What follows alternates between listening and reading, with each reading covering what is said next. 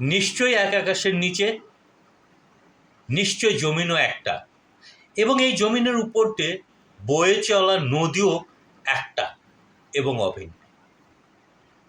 ভারতীয় high commissioner Dinesh Trivedi, তুমি বাংলাদেশের মাটিতে পা দিয়ে তোমার মনে হচ্ছে না তুমি বাংলাদেশে আছো। তুমি স্পষ্ট করো তুমি কোন দেশে আছো। বাংলাদেশ একটা স্বতন্ত্র দেশ, বাংলাদেশের একটি নিজস্ব রাষ্ট্র ব্যবস্থা আছে। সে কারণেই তুমি বাংলাদেশের প্রতিবেশী একটি দেশ ভারতের পক্ষে ভারতের হাই কমিশনার হিসাবে বাংলাদেশে নিযুক্ত হয়েছে। তুমি যদি সত্যি সত্যিই মনে করো দুটো দেশ এক, তাহলে সীমান্তে কাঁটাতারের বেড়া কেন? নির্বিচারে সীমান্তে তুমি হত্যা করো কেন? কেন তুমি তোমার ভারতীয় মুসলমানদের ধরে নিয়ে এসে জোর করে সেই কাঁটাতারের ফাঁক গলিয়ে বাংলাদেশে পুশিন করো? এসব প্রশ্নের জবাব তুমি না দিয়ে তুমি বলছো বাংলাদেশের মাটিতে দাঁড়িয়ে তোমার মনে হচ্ছে না তুমি বাংলাদেশে আছো। তাহলে তুমি পরিষ্কার করো দীনেশ ত্রিবেদী, তুমি কোন দেশে আছো? তুমি কি হাই কমিশনার, নাকি ভারতবর্ষের, তোমার দাবিকৃত ভারতবর্ষের সাধারণ একজন নাগরিক? তোমার অবগতির জন্য জানাচ্ছি,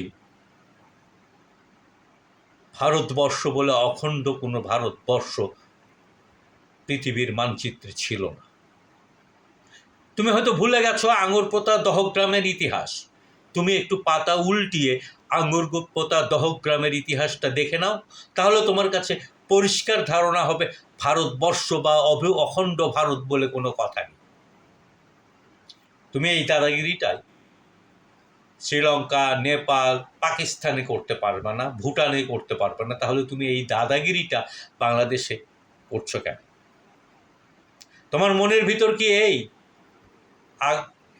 হায়দ্রাবাদ, কাশ্মীর, সিকিমের মতো বাংলাদেশকে দখল করার জন্য ভারত সরকার তোমাকে বাংলাদেশে পাঠিয়েছে? বাংলাদেশের জনগণ ৭১ দেশটাকে স্বাধীন করেছে।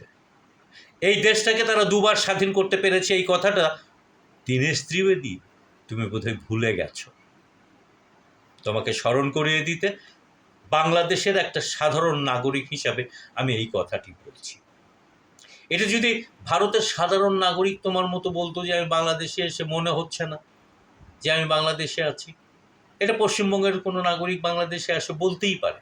কিন্তু তুমি যখন রাষ্ট্রীয় প্রতিনিধি হিসাবে বাংলাদেশের নবনিযুক্ত হাই কমিশনার, তুমি কি এই কথাটি বলতে পারো? আর যদি এই কথাটি তুমি বলো একজন হাই কমিশনার হিসাবে, তাহলে কি বাংলাদেশকে অপমান, অপদস্থ, দখল করার মনোভাব তুমি ব্যক্ত করো না?